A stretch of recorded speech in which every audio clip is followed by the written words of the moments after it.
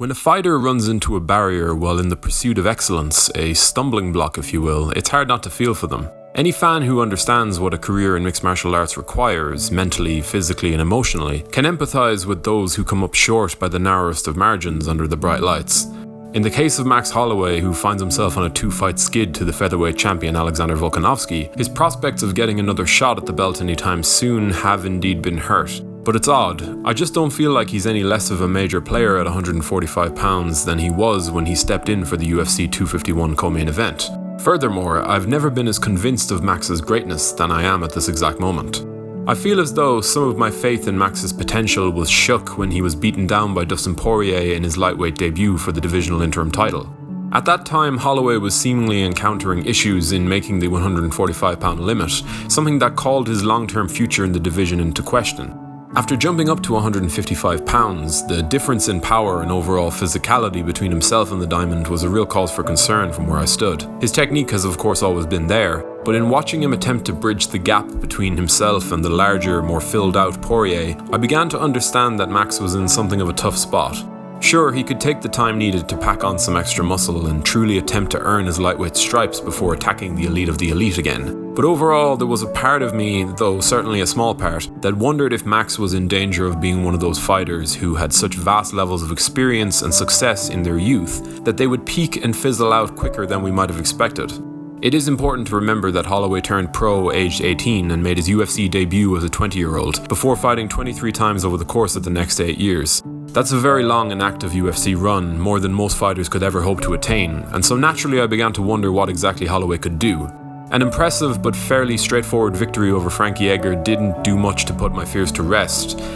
Edgar is no doubt a crafty opponent, but in my eyes I was just happy to see Max making the weight healthily and putting on a strong performance so soon after losing out at UFC 236.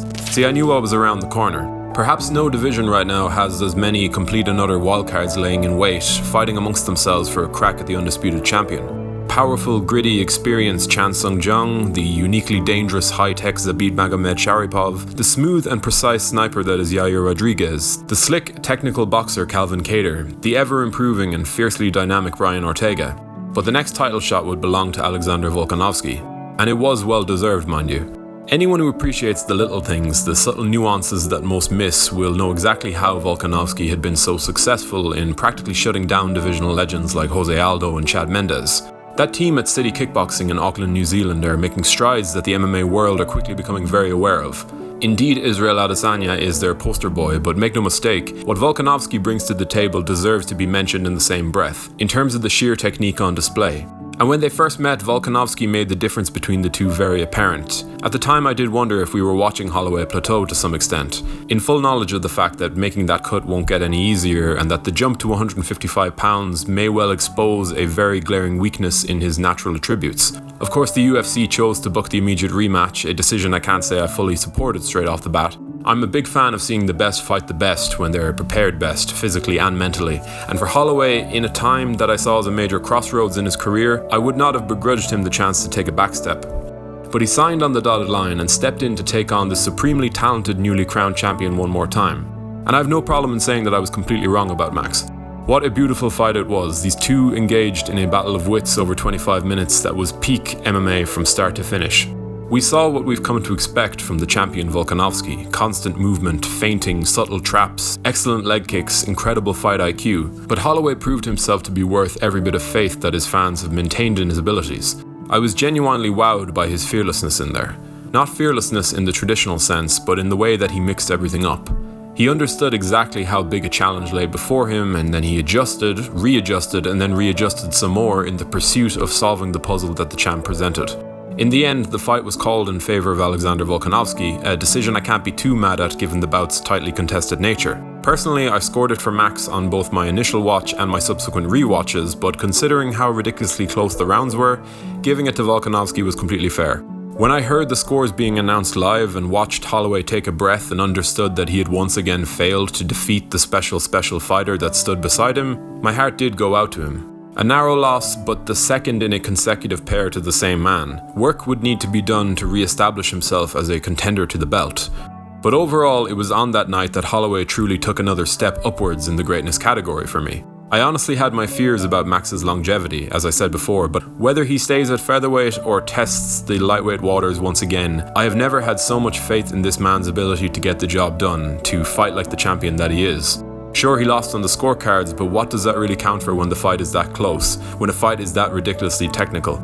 So yeah, Max Holloway lost his third fight in his last 4 outings. It doesn't read well. But in comparing the fighter that he was when he began that skid in a losing effort against Dustin Poirier to the fighter that he is now, I'm still completely satisfied that Holloway is on the ascent. And that's kind of what my fears revolved around. We've seen so much improvement in Max over the years as we watched him enter the sport, encounter a few setbacks but continue to grow and adapt to the challenges that lay before him. Max has always been that guy, and this recent patch of form has proven beyond any doubt to me that he is still that guy. I'm excited for his future, what can I say? Sure, I'd love to see a third fight with the champion down the line, but let's hold off on that for a while, shall we? Lightweight is always an option, of course, but if Max has finally cracked the code and can consistently make 145 pounds without issue, I would prefer to see him compete there. The man is an artist inside the cage from the opening bell. He's a pressure cooker when he gets comfortable, and he's a shark when he senses weakness. At 28, time is still very much on his side given the huge contrast between his first and second showdowns with Alexander Volkanovski, and I believe that there's every chance that Max can maneuver his way into contention once again. And if he can finally get in there with the champ again, do not be surprised if Max Holloway ends up having the last laugh when all is said and done. If you enjoyed today's content, be sure to leave a like on the video and subscribe to the channel to stay up to date with all of our latest uploads. And as always, thank you for watching.